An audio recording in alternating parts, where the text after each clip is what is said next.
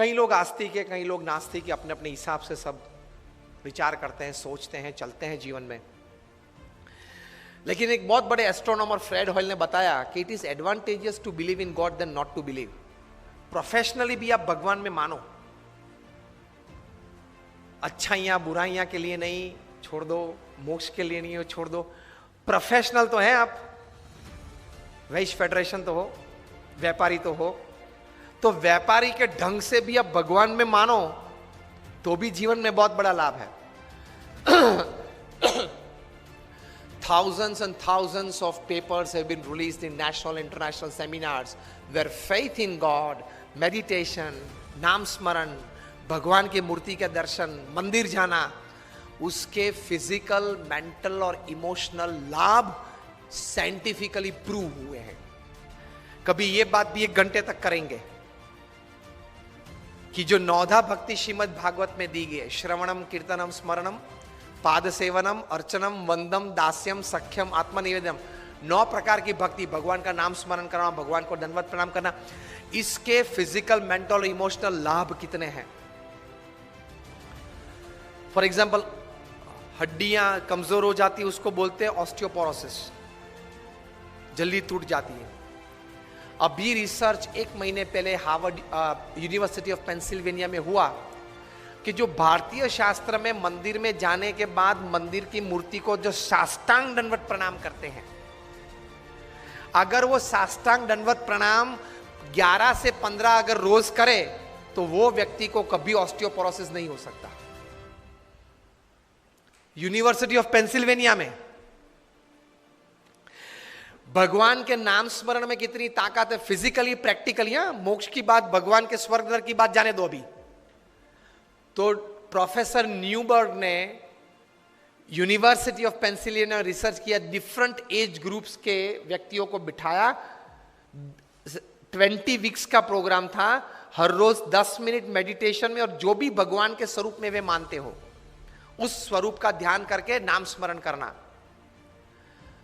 And result में MRI testing हुआ, mind mapping हुआ, उसमें से प्रैक्टिकल साइंटिफिक रिजल्ट्स ये मिले कि जो छोटे बच्चे थे वो रेगुलर 10 मिनट रोज मेडिटेशन और भगवान का नाम स्मरण करते थे, उनकी मेमोरी पावर 15 to 25% बढ़ गई। जो किशोर अवस्था में थे, युवा अवस्था में थे, उनकी मेमोरी भी बढ़ गई और सेल्फ कॉन्फिडेंस भी बढ़ गया। जो मिडिल एज में थे, 35, 40, 45, 50 में, उनको जीवन में कॉन्फिडेंस बढ़ गया, और जो ओल्ड एज में थे उनको इमोशनल सपोर्ट बढ़ गया, इमोशनल स्ट्रेंथ बढ़ गई, ये नाम स्मरण से प्रैक्टिकली एडवांटेज। तो जो बातें हमारे शास्त्र में महान ऋषि मुनियों ने लिखी है वो बात सही है। It is 100% right, absolutely right. तो एटीट्यूड हमारे शास्त्रों, संत और भगवान के प्रति ये आस्तिक भाव का रखना, उसमें कुछ लेना देना तो है नहीं, उसमें कुछ लेना देना तो है नहीं। ये एटीट्यूड रखो कि भगवान है, भगवान ये सर्वे जगत के कर्ता हर्ता है, और जो भी कुछ करते वो हमारे मनुष्य के अच्छे के लिए करते। इतना पॉजिटिव एटीट्यूड भगवान के बारे में रखो तो बहुत शांति रहेगी, बहुत स्थिरता रहेगी। मैं 400 साइंटिस्ट को बात कर रहा था ताजलैंड एंड्स बैंड्रा में थोड़े साल पहले, और मेरा विषय था लॉजिक वर्सेस फेथ। और प्रवचन के बाद 1 घंटे के बाद 1.5 घंटे तक तो प्रश्नोत्तरी चली। उसमें कोई वैज्ञानिक ने मुझे पूछा, Swami you are talking of God, have you seen him? मैंने बोला yes. He was shocked. Then I asked him, do you want to see God? मैं आपको पूछ रहा हूं, do you want to see God? तीसरा प्रश्न, व्हेन? कभी? बराबर, this is the right answer. आप बोले, कौन बोला? हाँ, अभी देखना है ना, दिखाऊं? अभी दिखाऊं? बताइए यस और नो। आपका विचार, आपके विचार में भगवान के क्या विचार है, कैसे होने चाहिए, क्या होने चाहिए? Give me the first characteristic of God. आपको अभी देखना है ना, मैं दिखाता हूं, अभी दिखाऊंगा। Give me the first characteristic of God. नहीं, वो तो एटीट्यूड है हमारा. भगवान के लक्षण क्या है? प्रथम लक्षण क्या है? हमारे जैसे लगे, बराबर, और शांत हो. फिर बोलिए बोलिए, भगवान के लक्षण आपके मन में क्या है? दयालु, बराबर. फेथ, आपके मन में भगवान का चित्र है. अब मैं आपको दिखाता हूं. पूरी सृष्टि में आपको जो कुछ दिखता है, मैं उसमें सबसे पावरफुल कौन है, जिसकी वजह से सृष्टि चलती है? सूर्य, सन. शास्त्र में सूर्यदेव लिखा ही है, लेकिन चलो शास्त्रों को मत मानो. ऑल पावरफुल इज सन. अगर 2 दिन तक नहीं बाहर निकला कोई वजह से, जो हम थियरी में पढ़ते थे ना, suppose X is not equal to Y, फिर बाद में प्रूव करेंगे X is equal to Y. अगर 2-3 दिन के लिए सूर्य बाहर नहीं निकला, तो मैंने ये 400 साइंटिस्ट को पूछा कि आप नासा के सब साइंटिस्ट, इसरो के सब साइंटिस्ट, यूरोपियन स्पेस एजेंसी के सब साइंटिस्ट, सब इकट्ठे होकर उसको बाहर निकाल पाएंगे? चलो वो तो नहीं कर सकते आप. आपके पास उसका ऑल्टरनेट है. पृथ्वी पे जलाने लायक जितनी चीजें, सबको आप जलाओ.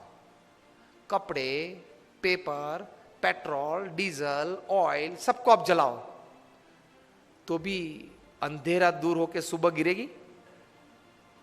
सुबह तो 13 करोड़ माइल वो दूर है, जब वो बाहर निकलेगा ना,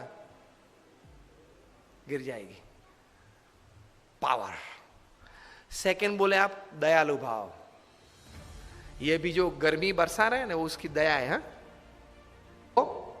दया है. अगर वो गर्मी नहीं बरसाएगा तो हमारा जिंदा रहना मुश्किल है. We would freeze, our blood will freeze, है कि नहीं? फिर मैंने बोला आप दरवाजा खोल दो, दिखता है अभी, वो देख लो, वो भगवान दिखा दिए मेरे. Powerful love, absolute love, no replacement of it, no replacement to it. All powerful, all loving and all compassion is God. तो वो सूर्य है ही. देखते हैं, नॉलेज से नहीं देखते ना, इसलिए प्रतीति नहीं आती.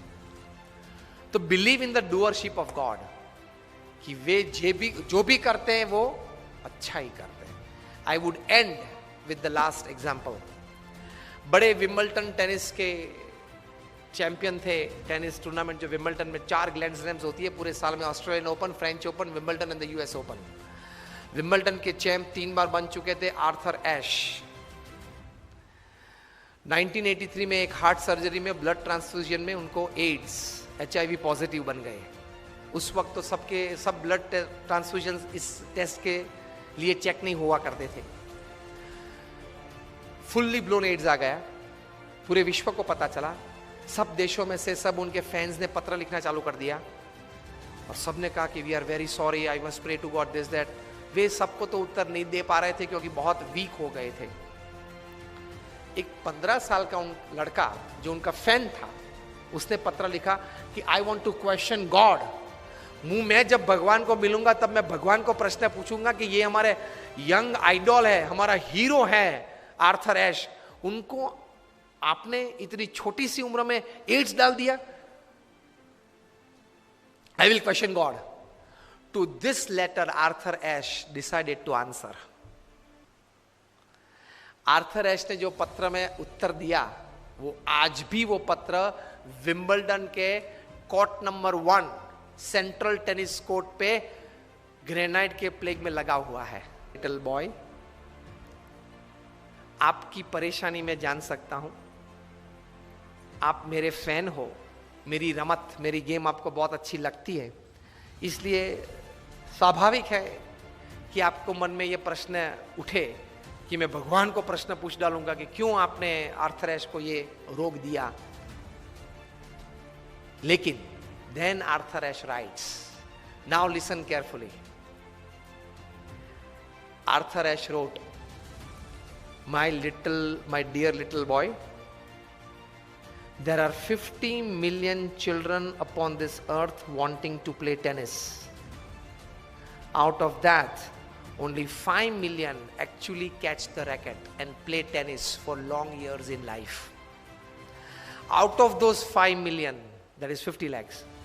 Only 500,000, that is 5 lakh children, actually play at the school or university level all over the world. Out of that 5 lakh children, only 50,000 enter the professional circuit.